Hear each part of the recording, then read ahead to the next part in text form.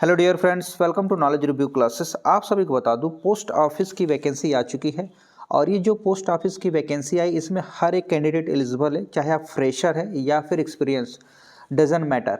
इसमें इम्पॉर्टेंट ये है कि आपका जो स्कोर बनेगा मेरिट बेस पर बनेगा। कैसे आखिर बनता है वो भी हम बात करेंगे। एग्ज़ाम नहीं देना है, ना ही कोई इंटरव्यू होगा, आपका डायरेक्ट सिलेक्शन होगा। अगर इसमें आपका सिलेक्शन होता है तो 29,000 रुपये सैलरी मिलेगी। अब आप पूछेंगे सर काम कितना करना होगा, क्या 8-8 घंटे करने होगा या फिर 10-10 घंटे। तो देखिए भाई, आपको मैं बता दूं, इसमें मैक्सिमम जो आप काम करने का लिमिट है ना, मैक्सिमम तो वो है 5 घंटे। 5 घंटे मैक्सिमम है। अगर 5 घंटे मैक्सिमम, मिनिमम जो टाइम है काम करने का वो है 4 आवर्स। ठीक है। अगर मैं मोटी मोटा बोलूँ, सीधे 4 घंटे या 5 घंटे का काम करने का मौका मिलेगा। 5 घंटे ही काम करने हैं। इसमें 2 पोस्ट है जिसके बारे में हम डिस्कस करेंगे डिटेल से। इसमें 21,400 से भी ज़्यादा वैकेंसी आई है। क्या है वैकेंसी, पूरी डिटेल से देखेंगे। हर एक कैंडिडेट, अगर आप 10 पास हैं तो फॉर्म को जरूर भरिएगा। अगर आप टीचर एग्जाम की तैयारी कर रहे हैं, अगर आपकी मेरिट अच्छी है, काफ़ी अच्छी, तो इस फॉर्म को देखिए, पढ़िए, उसके बाद भरिए। ठीक है। वीडियो को पूरा देखिएगा शुरू से अंत तक, वीडियो बहुत काम की है। ठीक है। आवेदन सभी करेंगे। देखिए, इसमें ऐसा कुछ भी नहीं है, रिस्ट्रिक्शन नहीं है कि कौन करेगा कौन नहीं करेगा। सब लोग करिए आवेदन। बस कुछ टर्म्स एंड कंडीशन है आपके मेरिट के बेसिस पर, वो आगे बताऊंगा, ध्यान से देखिएगा। और ये वैकेंसी आपको पता होना चाहिए भारतीय डाक की है। अब ये देखिए, टोटल आपको दिख रहा है ना। ये देखिए, हर एक जगह की वैकेंसी आपके सामने स्क्रीन पर दिख रही है। उत्तर प्रदेश में कितनी है, उत्तराखंड में कितनी है, बिहार में कितनी है, छत्तीसगढ़ में कितनी है, दिल्ली में कितनी है, राजस्थान में कहाँ, हिमाचल प्रदेश, मतलब पूरे स्टेट में जहाँ भी, ऑल इंडिया कहीं भी जितनी भी वैकेंसियाँ सबको यहाँ मेंशन किया गया है। ठीक है। अब हम जो आपको बताने वाले वो ध्यान सुनिएगा। अब इसका जो पूरा डिटेल है उसको अच्छे से देखते हैं, ताकि आपका जो डाउट्स हो वो क्लियर हो जाएगा इस वीडियो में। चलिए आपको बताओ, देखिए, ग्रामीण डाक सेवा की वैकेंसी, ये कॉन्ट्रेक्चुअल बेसिस पर ही मानिएगा इसको, क्योंकि इसमें 2 पोस्ट है। ठीक है। कॉन्ट्रेक्चुअल ही मानिएगा इसे, यहाँ पर लिखा हुआ है, मैं बता दूँ। देखिए, ग्रामीण डाक सेवा की वैकेंसी है जिसमें 2 पोस्ट है। एक ब्रांच, देखिए इसमें ब्रांच पोस्ट मास्टर की वैकेंसी है और एक है असिस्टेंट ब्रांच पोस्ट मास्टर। एक असिस्टेंट की वैकेंसी है, एक ब्रांच की वैकेंसी है। Branch post master, assistant post master. अब branch post master, assistant branch assistant post master होता क्या है ये आप जानना चाहेंगे, और इसका काम क्या है। ठीक है। क्योंकि अगर आपने जो फॉर्म भर रहे हैं तो आपको पता होना चाहिए इनका काम क्या है, वो भी मैं बताऊंगा, वो ध्यान से सुनिएगा। देखिए, अभी रजिस्ट्रेशन इसका ऑनलाइन करना है।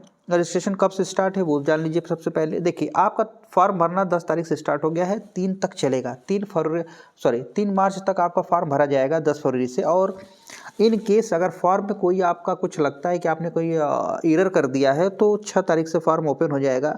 6 से 8 के बीच अपने जो भी फॉर्म का करेक्शन है वो कर लीजिएगा। ठीक। अब ये चीज़ें तो आपने देख लिया। अब टाइम पीरियड के बारे में बता दूं। देखिए, यहाँ पर मेंशन किया हुआ है, अगर आप पढ़ेंगे ध्यान से तो यहाँ पर लिखा हुआ है कि are required minimum for the period 4 hour, 4 घंटे, मैक्सिमम 5 घंटे के लिए काम करना होगा। ठीक है। अगर देखिए, ब्रांच पोस्ट मास्टर की अगर मैं बात करूँ तो आपको याद रखिएगा इनका जॉब प्रोफाइल क्या है। अब डे टू डे पोस्टल जो होते हैं ऑपरेशन, ब्रांच ऑफिस में जाना होगा, वहाँ की सारी चीज़ों को मेंटेन करना होगा, वहाँ की सर्विसेज और सारी चीज़ों को हैंडल करना होगा। ठीक है। अब ये क्या क्या हैंडल करना है यहाँ पर सब कुछ लिखा है। जैसे वहाँ आप ब्रांच पोस्ट ऑफिस में वहाँ मेल हुआ, मेल को हैंडल करना है, वहाँ की जो वर्क्स हैं कैसा चल रहा है, स्मूथली रन करे, कोई प्रॉब्लम ना हो, ये सारी चीज़ें आपके अंडर होगा ब्रांच में। ठीक है। अब दूसरी चीज़ मैं बता दूँ, यहाँ पर है असिस्टेंट ब्रांच पोस्ट मास्टर की। तो ये इसमें क्या होता है, जैसे स्टैम्प हुआ, स्टेशनरी हुआ, ये सब आइटम की डिलीवरी करना, डोर स्टेप एक्सचेंज, ये सारी जो मेल्स हैं इसको डिलीवर करना हो। या दूसरी बात अगर मैं बोलूँ, मार्केटिंग एंड प्रमोशन का जो डिपार्टमेंट्स होता है, ये सब का जो काम होगा ये असिस्टेंट वाले करेंगे। ठीक है। इसमें और भी चीज़ें हैं जिसको आप पढ़ सकते हैं। इसका टेलीग्राम पर PDF में अपलोड कर दिया हूँ, वहाँ से देख लीजिएगा। अब डाक सेवा मैंने बता दिया। अब इसमें देखिए, अगर आपका ज्वाइनिंग होता है तो आपको मिलेगा कितना, 12,000 से 29,380 रुपये मिलेगा। और किसके लिए, ब्रांच पोस्ट मास्टर के लिए, असिस्टेंट मतलब डाक सेवा या असिस्टेंट ब्रांच पोस्ट मास्टर के लिए मिलेगा 10,000 से लेकर 24,450 470 रुपये। ये पेमेंट्स है मिनिमम से मैक्सिमम, ये दिख रहा है। एज लिमिट इसमें मिनिमम 18 साल है, तो मतलब कोई टाउन बाउंडेशन तो है ही नहीं है। इसके बाद मैक्सिमम 40 साल है, मतलब 18 से 40 के बीच का कोई भी कैंडिडेट हो वो फॉर्म को भर सकता है। 18 तक, 18 से ऊपर और 40 से कम। अगर ऊपर अगर होता है कोई कैंडिडेट, मान ले 40 से ऊपर जिसकी एज हो गई, तो एज रिलैक्सेशन क्राइटेरिया है जो सेंट्रल गवर्नमेंट के द्वारा इम्प्लीमेंट होता है। जैसे अगर बोला जाए SC ST कैंडिडेट है, SC ST तो उसको 5 साल का रिलैक्सेशन मिलेगा, अगर OBC है तो 3 साल का मिलेगा, अगर इकोनॉमिक वीकर सेक्शन उसे कोई रिलैक्सेशन एज में नहीं मिलेगा। अगर फिजिकली जो पर्सन विद डिसेबिलिटीज़ हैं उसको 10 साल का, person with disabilities plus OBC है तो 13 साल का, डिसेबिलिटी SC ST है तो 15 साल का एज रिलैक्सेशन मिलेगा इस चीज़ को लगाने के बाद। ठीक है, अगली हम बात करें क्वालिफिकेशन की बात, यहाँ सीधे से बोला गया है कि 10th पास बोला गया है, 10th पास होना चाहिए और कुछ नहीं इसमें मांगा है, 10th पास। एक चीज़ और ध्यान दीजिएगा, आप जिस भी पोस्ट के लिए, जिस भी एरिया के लिए अप्लाई करेंगे, वहाँ की आपकी जो नॉलेज होनी चाहिए वो आनी चाहिए, मतलब वहाँ की जो लोकल लैंग्वेज है उसके बारे में आपका कमांड होना चाहिए, अदरवाइज़ आपको प्रॉब्लम होगी, आपका फॉर्म रिजेक्ट भी हो सकता है। देखिए, फॉर्म अगर भरने वाले हैं तो बेसिक चीज़ें हैं वो ध्यान दीजिएगा। आप जिस भी रीजन में अप्लाई करेंगे, ठीक है, अगर मान लेते हैं मैं रीजन वाराणसी में अप्लाई कर रहा हूँ तो मुझे हिंदी आती है वाराणसी, ठीक है, मैं बोल लूँगा। अगर मैं बोलूँ आप कर्नाटका रीजन में अप्लाई करेंगे तो ऑब्वियस सी बात, या तो इंग्लिश यानी या तो नेटिव लैंग्वेज यानी वहाँ का जो मदर टंग है कर्नाटक, वहाँ का जो लैंग्वेज उसमें आप बात कर पा रहे हैं तो आपके लिए कंफर्टेबल होगा। तो मतलब जिस भी एरिया के आप हैं उसी एरिया का फॉर्म भरिएगा। मान लें हम यूपी के, ठीक है, यूपी के गाजीपुर ज़िले के हैं तो हम गाजीपुर का ही फॉर्म भर सकते हैं, वो मेरे लिए सूटेबल होगा, ताकि क्योंकि मैं लैंग्वेज यहाँ का जानता हूँ, मैं गाजीपुर का जानता हूँ, मैं इलाहाबाद का जानता हूँ, मैं मतलब यूपी के जितने भी एरिया है मैं सबका लैंग्वेज अच्छे से कवर कर सकता हूँ, मैं जानता हूँ, क्योंकि मैं सबकी लैंग्वेज ऑलमोस्ट लगभग सेम है, तो कोई प्रॉब्लम नहीं होगी। इसी तरह आप भी अगर मान ली कर्नाटक रीजन से या फिर मुंबई रीजन से आप वहाँ के रहे हैं तो आप लोकल पूरी लैंग्वेज जानते होंगे। तो क्या होता है कि डिलीवर करने में, क्योंकि जो वहाँ के पब्लिक्स होती हैं उनको अगर आप उनकी लैंग्वेज में बात करना होगा तो आपको डिफ़िकल्टी होगी अगर आप नहीं जानेंगे तो। ठीक है, ये सब चीज़ें बेसिक चीज़ें हैं। और कुछ चीज़ें हैं जो अदर क्वालिफिकेशन में, जैसे कुछ चीज़ें आनी चाहिए, जैसे कंप्यूटर के बारे में जानना चाहिए, बेसिक नॉलेज होनी चाहिए, साइकिल को चलाने आना चाहिए, एक्यूट मीन ऑफ लाइवलीहुड, जीवन के बारे में आपको पर्याप्त पता होना चाहिए। और देखिए, रिजर्वेशन के बारे में तो बता दो, फॉर्म ऑफ सर्टिफिकेट, ये सारी चीज़ें आपके सामने मेंशन हुई है, सब कुछ आपको दिख रहा है, कोई दिक्कत नहीं है इसमें, मेडिकल का कोई ऐसा इश्यू तो नहीं है। ठीक है, आप फॉर्म को भर सकते हैं। हाँ, एक चीज़ और मैं बताना चाहूँगा, जब आप 10th की मार्कशीट आप लगाएंगे, अपडेट करेंगे तो आपका एक सिस्टम जनरेट करेगा। ठीक है, सिस्टम के अकॉर्डिंग ही आपको सेलेक्ट किया जाएगा, खुद ये मैनुअली नहीं करेंगे, ऑटोमेटिक सिस्टम में पूरा डेटा फिट कर दिया जाए, उसके बिहाफ पर आपका सिलेक्शन होगा, क्योंकि मेरिट बनेगी, मेरिट में जिसका सबसे ज़्यादा स्कोर होगा उसके चांस होने के बहुत ज़्यादा हैं, ये ध्यान रखिएगा। मेरिट इसी तरह बनती है, मेरिट बेस पर, मतलब होता है कि जिसके जितना ज़्यादा नंबर होंगे उसके सिलेक्शन की चांस उतनी बढ़ जाती है, तो आपका सिलेक्शन हो जाएगा। ठीक है, अब ये ग्रेड पॉइंट दिया है, मान ली किसी का A1 ग्रेड है तो ग्रेड पॉइंट 10 तक है, मल्टीप्लिकेशन फैक्टर 9.5 से करना होगा, ये सब चीज़ें हैं, इसको आप देख लीजिएगा जिसका ग्रेडिंग सिस्टम है।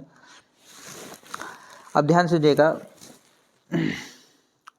ये सब चीज़ें हैं जिसको मैंने बता दिया, मुझे नहीं लगता कि आपको कोई प्रॉब्लम होगी, और बाकी सारी डिटेल अच्छे से भरिएगा। और हाँ, एक चीज़ और बताना चाहूँगा, अगर इस फॉर्म को भर रहे हैं तो आपको फ़ी कुछ पे करनी होगी, जो है 100 रुपये, 100 रुपीज़ आपको फ़ी पे करनी होगी। अगर आप सोचते हैं कि फॉर्म में बाद में रिफ़ंड हो जाएगी फ़ी, तो ऐसा नहीं होगा, नॉन रिफंडेबल है, तो सोच समझ के भरिएगा, बहुत ज़्यादा पैसे नहीं हैं। लेकिन ये मैं बोलूँगा कि बिना एग्ज़ाम दिए, बिना इंटरव्यू दिए डायरेक्ट आपका सिलेक्शन हो रहा है आपके एकेडमिक बेसिस पर, तो इससे बेस्ट मौका आपको नहीं मिलेगा, समझ रहे हैं आप ना।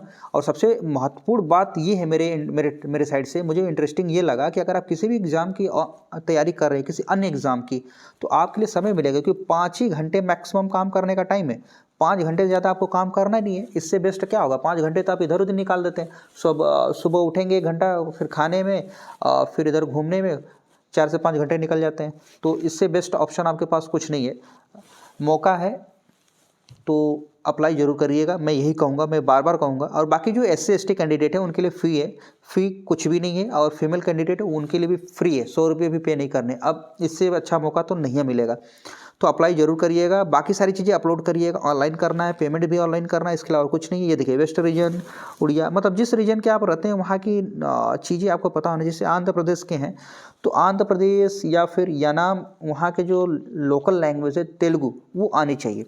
ठीक है, बिहार, छत्तीसगढ़, दिल्ली ऐसा रीजन है जहाँ हिंदी चल जाती है, वहाँ कोई दिक्कत नहीं होगा। बहुत सारे स्टेट ऐसे हैं जहाँ आप हिंदी प्रीफर किया जाता है बोलने में, तो प्रॉब्लम नहीं हो। जैसे दिल्ली हुआ, हरियाणा हुआ, हिमाचल प्रदेश हुआ, जम्मू कश्मीर हुआ, यहाँ आप हिंदी बोल कर काम चला सकते हैं, तो कोई प्रॉब्लम नहीं होगा। तो मेरे कहने का मतलब एक ये भी है कि अगर आप किसी और रीजन से भी फॉर्म भरना चाहते हैं तो भर दीजिएगा, कोई प्रॉब्लम नहीं होगी। बस शर्तें ये देख लीजिएगा कि जो लैंग्वेज आप जानते हैं वो लैंग्वेज वहाँ बोली जाती है कि नहीं। ठीक है, चलिए, इतनी ये चीज़ें मैं बता दिया, मुझे नहीं लगता कि आप कुछ बताने की ज़रूरत है।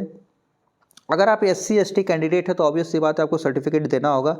तो ये है सर्टिफिकेट, जिसको बनवा लीजिएगा, और एक क्लास ऑफिसर से मोहर लगवाना होता है, ये चीज़ आपको पता होनी चाहिए।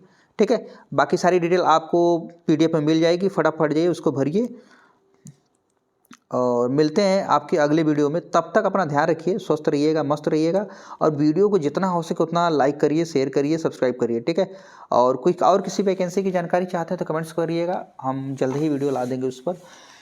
हमारा कोशिश यही रहता है कि जो बताएं सटीक बताएं, सही बताएं, ताकि आपका भला हो सके और हमारा भी। धन्यवाद। जय हिंद, जय भारत।